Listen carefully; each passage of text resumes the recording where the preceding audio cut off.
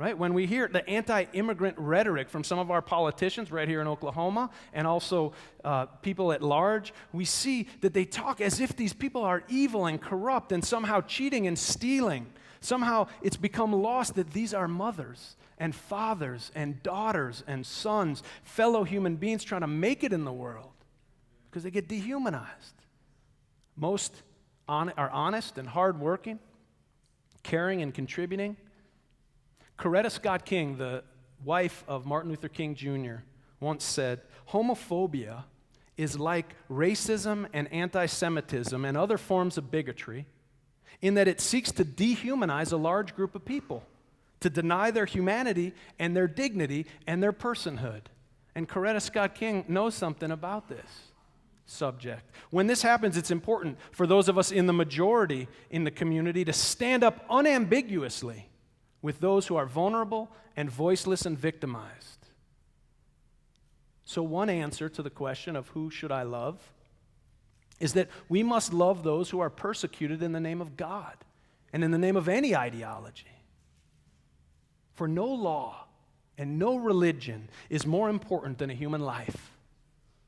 Jesus made this abundantly clear when he said that the most important commandments are to love your God with all your heart and to love your neighbor as yourself. Jesus made this abundantly clear by sitting at the same table and dining with tax collectors and prostitutes and other sinners. Jesus made this point again when he and his disciples picked and ate the grain on the Sabbath, breaking the laws of his time. In doing so, Jesus demonstrated that the Sabbath was not made for humanity, but the Sabbath was made for humanity. Humanity was not made for the Sabbath. In other words, Jesus taught that the laws and the rules of religion were created to teach us to love and to be awake and to be aware. So when these laws become more important than the love of people, then these laws become a liability. This month at All Souls, we've been discussing the Sabbath as part of our theme on spiritual practice and prayer. So let's take a closer look just for a minute at this commandment about the Sabbath, because it plays into what we're talking about. The commandment comes from the idea that when we stop working, when we stop trying to exert our power over the world for a little while, then we gain a profound perspective about the value of life when we stop. Sabbath is about stopping so that we can become awake and aware in a way that we can't when we're running around scurrying in the hamster wheel of our lives and our jobs and our school. And it's really important to stop, to become aware, but it's hard to do. And so the Bible very clearly prescribes how to do it. Do you know there are 37 categories of work that are forbidden on the Sabbath? You want to name them? Let's start. No. But Christian pastor and author Debbie Blue writes about the Sabbath that you are not supposed to sift or spin or sort or warp or unravel. You are not supposed to wash or untie or burn or extinguish or slaughter. The laws were meant to keep you from asserting yourself on creation and to be thankful. They were meant to remind you that it's not necessary to constantly battle creation by sifting and sorting and tying it up, but that there's a time to rest and to love it. Clearly, following such a strict routine could seem a bit improbable in our time, but you have to wonder that if taking a full day each week to stop doing all these things, it could in fact transform the world. Now, Blue goes on to explain that all week long you're enslaved to doing things, asserting yourself, working it. But on this day, where you are freed to see something larger and greater than your work. Now, when Jesus comes along and he forgoes the certain Sabbath laws and other rules and mores of his society, he messes with the foundations of his culture. He doesn't do it because these laws have no purpose or have no meaning. Clearly they do. He doesn't do it just to wreak havoc. He does it to show that religion is about learning to love, not about learning the laws. He does it to say that the Sabbath laws were made for us. We were not made for the Sabbath laws. He is doing it to say that God loves life, our life, us, more than God loves the laws. Jesus taught us not to be rigid or legalistic or judgmental, but rather to learn to love and to forgive and to embrace life. Now, the point is that God does not love the laws more than God loves the muddled masses of hungry, needy, bruised and confused, excited and delighted human beings. So let's take a moment to look at the 6 verses in the Hebrew and Christian scriptures that are often pointed to reinforce people's prejudice against lesbian, gays, bisexual, and transgender people. Keep in mind that out of thousands and thousands of verses, there are 6 that are pointed to on this subject, and Jesus never mentioned it.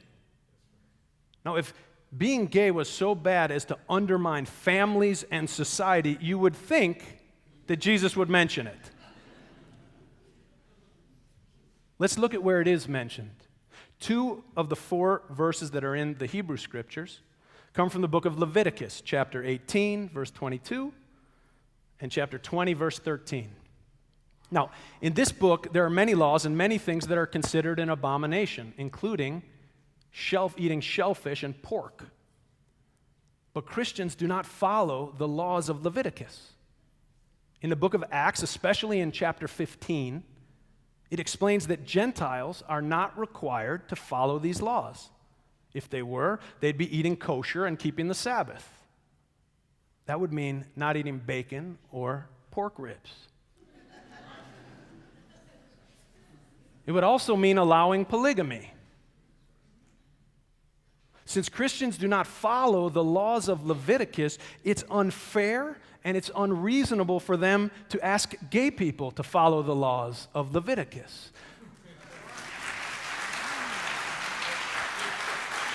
Right? So we need to look elsewhere to see if there's something else. So let's look at the other 2 verses from the Hebrew Scriptures to see if they make a strong case against same-gender loving relationships. There's the story of the destruction of Sodom, Genesis chapter 19. If you read this story, you can see that the men of Sodom, now I hope you will read, if you haven't read this story, I hope you'll go back and read this story. I don't have time to read it all now, but you'll see that the men of Sodom wanted to commit sexual assault. And God stands against such sexual violence, as do we all. The story of the destruction of Sodom in the Bible is the story of how God will not allow sexual violence or such incredible inhospitality to strangers. That's what this story is about. But just because the God of the Bible has stood firm against sexual assault and sexual violence, it's neither fair nor is it accurate to use that story of the destruction of Sodom to outlaw all same-gender sexuality, especially as it's practiced today among consenting adults and equal partners. So that takes us to the 4th verse that's often pointed to on this subject. It comes from the book of Judges, chapter 19. This is a horrible story of human brutality, almost like none other in the Scriptures, and violence. It's another story, almost a parallel to the story of Sodom, except that in this one, in the end, the men do sexually assault a woman. She ends up being cut up in pieces. You'll have to read it. This story, like the story of Sodom, is a prohibition against sexual violence. But it's not a broad prohibition against being gay. There's a big difference, right? There are plenty of stories in the Bible that point to God's prohibition against sexual assault and violence among heterosexual people, but no one uses those stories to claim that God prohibits responsible heterosexuality, right? So to do so regarding homosexuality is disingenuous at best.